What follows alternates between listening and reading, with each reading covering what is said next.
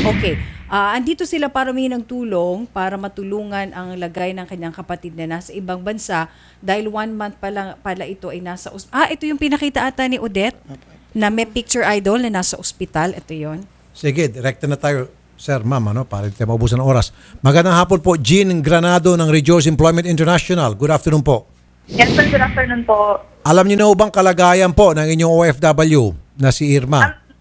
Sir, as of now po kasi nasa ICU yung pasyente. Okay. Tapos meron na din po nahingan ng tulong na kapwa natin Pilipino na nagbo-monitor po sa kanya. Okay. Binansayan na din po siya mula kagabi hanggang kaninang madaling araw. Okay. Ngayon meron na din pong Polo OWA na nagmo-monitor din po sa kanya. Okay. Tapos ang sabi po sa amin nung kapwa natin Pinoy, from time to time po, hindi nila pinapabayaan, may tumitingin po sa pasyente. Good. Yung kapwa Pinoy na tumutulong at yung Polo tumutulong, very good, good news. Kayo po, ano pong tulong ibinibigay po ninyo? Kayo po sa Rejoice? Inaantay na lang po namin, sir, na magbigay din sila ng update para matawagan namin yung family. Ang sabi din naman po namin sa matawagan ng family, andito po yung family. Gusto nyo po makausap? Sige po. Sige po. Hello po, good afternoon. Opo. Hingi po sana ako ng tulong. Kahit po yung bayaw ko sana mapapunta doon. Yung bayaw nyo po pag-travelin natin sa Saudi. Oo. Para po magbantay. Ganun po ba yung gusto nyong mangyari? Oh. Opo. Ma'am, i-relay pa po namin yan sa boss namin kasi po meron ding mga proseso kung paano siya makakapunta doon. Kasi actually, ma'am, meron na siyang passport. Nakapag Saudi na rin siya dati. Hindi ba po pwede yun, ma'am? Sandali lang, ma'am. Ang makakasagot niyan, si Eric Dulieta, OIC, Chief Legal ng POEA. Attorney Dulieta, magandang hapon. Magandang hapon. Sir, yung OFW natin sa Jeddah, malubhang kalagayan sa isang ospital doon at gusto po ng asawa na madalaw o mabantayan po yung kanyang misis. Meron na po siyang passport kasi dati siyang OFW. Makakatulong ho ba ang POEA? Yes po. Katulad po ng sinabi natin kanina, pwede po dumulog dito yung pong mga manggagawa natin dito para mapasalitate po natin kung paano po yung gagawin natin dyan. But first po, i-call po natin attention ng Rejoice. Alam ko yata, nandyan sila, no? Opo. Oo. Opo. Para po mapasalitate kung paano po ang pwede natin gawin sa sitwasyon po. Opo. Makakatulong po yung POEA sa aspetong yan. Tama, sir? Sige po, opo. Tutulungan po natin yung mga worker po. Papuntahin na lang po dito yung mga yung mga worker po, Kamag-anak. Kamag-anak po, yung mga kamag-anak po, para po matulungan po natin kung ano po yung gusto nilang mangyari at para may paliwanag po natin yung proseso po.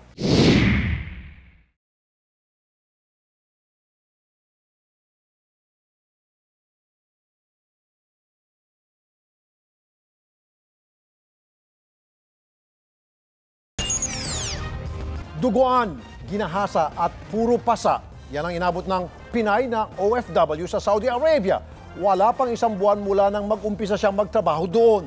Bago makomatose, nagawa pang ituro ng biktimang amo niya bilang sospek sa krimen. Maaksyon si JV Arsena. Noong Hulyo lang dumating sa Riyadh, Saudi Arabia ang 33 anyos na overseas Filipino worker pero wala pang isang buwan, ito na ang sinapit niya. Baga ang mukha at comatose ngayon ang Pinay matapos umano itong saktan at gahasain ng kanyang amo. Kahapon, binisita ito ni Labor Secretary Silvestre Velio para kamustahin. Narinig mo ako? Dalawang kamay mo. Hawak kong kamay mo. Kwento ng nurse, duguan ang ari ng Pinay nang isinugod sa ospital. Puno rin daw ng pasa ang biktima.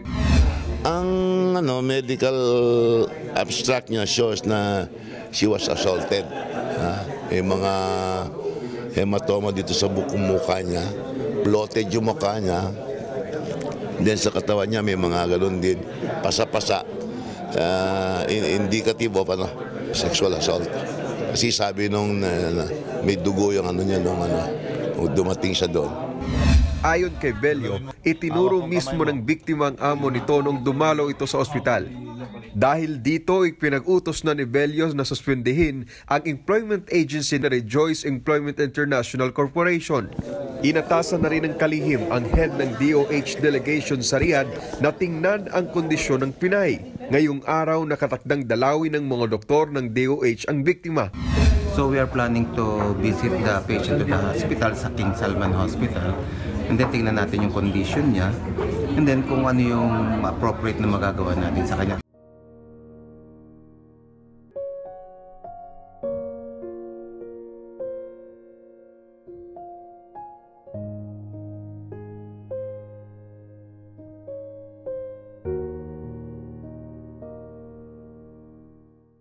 Alas 11:45 naman kagabi, binawian ng buhay ang comatose na Pinay sa Riyadh. Bago nito, itinuro ni Irma Edloy ang kanyang amo na umano'y ng halay at nanakit sa kanya. Instructed Undersecretary Lagunsa to coordinate with the DFA for the purpose of sending a note verbal to the Ministry of Foreign Affairs, including the Ministry of Labor of the Saudi Arabian government, to request for an immediate investigation. Ipinapa-blacklist na rin ng DOLE ang Saudi Recruitment Agency ng biktima na Ali Yasar dahil sa umunoy kapabayaan. Bukod dito, inatasan na rin Secretary Bello ang PAW at ang Embahada ng Pilipinas para sa pagpapauwi ng bangkay sa Pilipinas.